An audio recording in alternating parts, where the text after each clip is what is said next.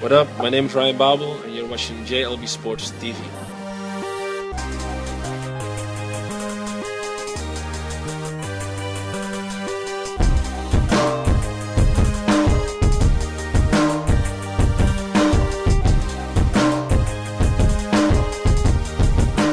Hey everybody, welcome to JLB Sports TV. I am Justin Block, and today Liverpool beat Arsenal 5-1 at Anfield in a shocking display from Arsenal, an incredible display from Liverpool. Let's get right into it now. Now, going into the pre-match talk, there was actually a lot of debate. I was surprised about this debate because this isn't necessarily a question that would have been asked a couple months ago. But the question was, should Joe Allen be starting over Philippe Coutinho? Joe Allen coming back from injury, he's fit again. Coutinho, his form has really been wavering this season, and the Twitter account at Anfield Index, a terrific Liverpool stats account, did this poll yesterday, who should start in starting 11, Coutinho or Allen, and I believe Joe Allen got something like 78% of the vote, which is just incredible.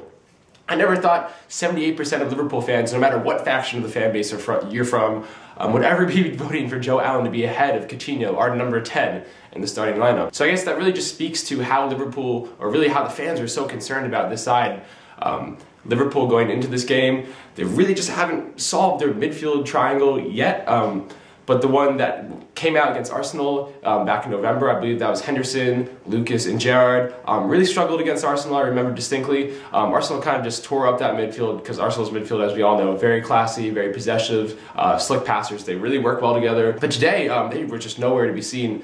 They're allowing so much space on and off the ball. So Coutinho really thrived there, and ultimately the question was for not, but really just gives an insight into how much Liverpool fans really value Joe Allen and his possessive qualities, especially ahead of a big fixture like Arsenal. Now, within the first 10 minutes, Martin Skrtel had a double. I never thought that we'd see that Martin Skrtel would be on a hat trick with about 80 minutes left to play in the match. The first goal was a set piece from Steven Gerrard, beautiful ball in. It was pretty obvious that the entire Liverpool team was offside. Rather shocking decision from the lineman not to catch that. The second one, Martin Skrtel, brilliant header off a corner. Again, another good delivery in. And even though Arsenal, may feel bad that we went down 1-0, if the offside goal hadn't been allowed, blah blah blah, things would have been different. But it really just didn't matter because Arsenal were just so shocking. It really started at the front for me because there was no pressing or urgency from the front three to really get after a back four, which can be known to misplace a pass or two. Martin Skrtel and Kolo Toure looking at you guys. And then the midfield was basically non-existent from Arsenal. We were passing right by them. And then on defense, basically Arsenal were letting Liverpool's front three run off their back shoulders all match. It was really shocking how many easy opportunities Liverpool got on just simple through balls. Liverpool's power and pace are really on display. This is a front three full of athletes and very tricky and clever ones at that, and they really took advantage of Arsenal's back four, which was really unsettled because of what was happening in front of them. In the first half, Arsenal actually managed 58% of the possession, but only had one shot. Liverpool just quick, decisive, deadly, everything you want out of a classy, passing, attacking football team like Liverpool is, like the one that Brendan Rodgers has built up to this point. Now, talking about the goal specifically on Sterling's first, it really started with Jordan Henderson taking that ball, driving it through midfield. I believe he stole the ball off of Jack Wilshere on that. Passed it to Suarez out wide, and Suarez provided an excellent cross down into actually where Sturridge was lurking in the area, but Raheem Sterling came blinding in at the last second to tap it home. And I've talked on this channel a lot about how good Raheem Sterling has gotten this year. His on and off the ball work rate and runs are just incredible. He's really learning how to make those diagonal runs. He's an intelligent footballer who's really flourished under Rodgers thus far. And it's just really beautiful to see the growth and maturation of Raheem Sterling. I think his end product still isn't all the way there. It's inconsistent at best, as we saw Raheem Sterling mess up a couple chances to complete his hat trick today. But the fact that he's mentally there and reading the game so well is great because we all know I think finishing will come in time.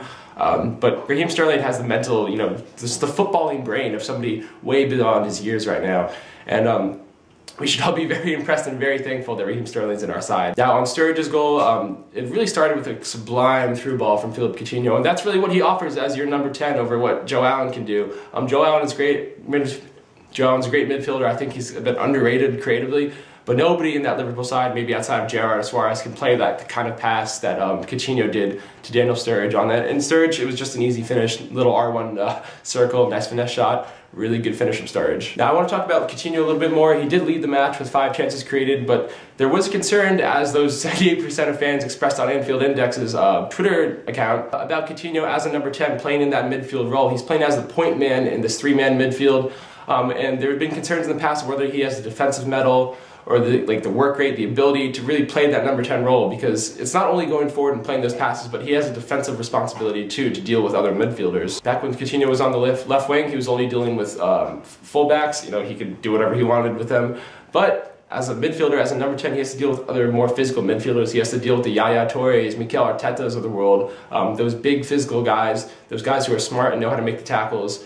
And Coutinho has done very well against them. I think his toughness has really been on display these past couple matches. And I think Rodgers really growing Coutinho, nurturing him as a player, is seeing that, hey, he's at the point now where he knows his defensive responsibilities and he has the physical qualities. He's been with us long enough, he's been in the weight room, where he can really deal with these kinds of midfielders centrally in the English Premier League. So against weaker, more pressing, more energetic sides, not like the lethargic Arsenal side we saw today. I'd really like to see how Coutinho would do against them, because maybe Joe Allen would be more beneficial against a side like that likes to press, really give Coutinho a hard time physically. But today, with Coutinho just had all the space in the world to roam, he did brilliantly. Masterclass display from our number 10. And on the last goal that Liverpool scored, it was Sterling. He made another run off the back of a defender. It was just like this all match, just Liverpool making really quick, decisive runs off the backs of defenders. The ball is coming through at the appropriate time. Just overall, Liverpool's power, pace, cohesiveness,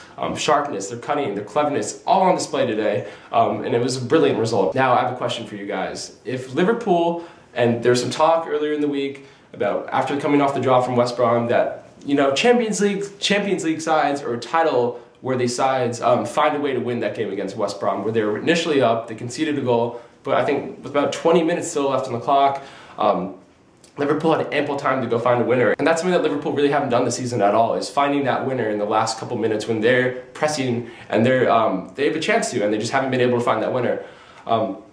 So if those are the kinds of games, that West Brom game, that title-winning sides or top-four worthy sides find a way to win, then what does 5-1 against Arsenal, who were top of the table starting the morning, what does that make Liverpool? It's really weird right now. I think Liverpool are 6 points off of Chelsea, who right now are in first place, and now 5 points ahead of Everton with a game in hand. Everton's in 5th place. So Liverpool is kind of in this weird no man's land, where I don't think they're necessarily good enough to win the title with the squad that they have and how thin it is, as evidenced by the fact they're 6 points off, which is pretty significant at this stage in the game, if you ask me. I think we're 24 games, 25 games in. You kind of know what side you are right now. So clearly we're better than the Evertons, because we just beat them, what was it, 4-1 the other week. We're better than the Evertons, Newcastles, Spurs, Manchester United. We're better than those guys who are really just fighting for that 5th Europa League spot, but we're not quite good enough as a squad to win the title, although I think our starting 11 can dance with City, Chelsea, and Arsenal with any day of the week. So we're not quite good enough to win a title, but we're too good to be 5th place. So it's a nice even zone right now for Liverpool. It's odd because I don't think this has happened as far as I've been following the Premier League. It hasn't happened where the 4th place side right now is clearly better than the other guys contending for 4th place, but not quite good enough for the guys going for the title. So Liverpool are in a weird transitional period right now, but I'll take it if it means a 4th place Champions League spot. Just doing my studs and duds of the matches really quickly. My stud of the match has to be Raheem Sterling for everything he did today. His 2 goals, brilliant display from Raheem Sterling. My dud of the match, I'll probably have to give it to just the entire Arsenal outfield, because they were dreadful today. Give me your studs and duds of the matches down below, and your thoughts on how you see Liverpool faring the rest of the season. As a pleasant reminder, City, Chelsea, and Spurs, they'll all have to come to Anfield. Anfield is a fortress now, so I wouldn't be surprised if Liverpool made, you know, a sneaky little title run, really just remaining within arm's length of City and Chelsea and Arsenal, just because Chelsea and City have to come to Anfield. But we'll see. We're up for an interesting latter half to the season. So studs and duds in the matches down below. Thanks for watching. That's all this week, guys.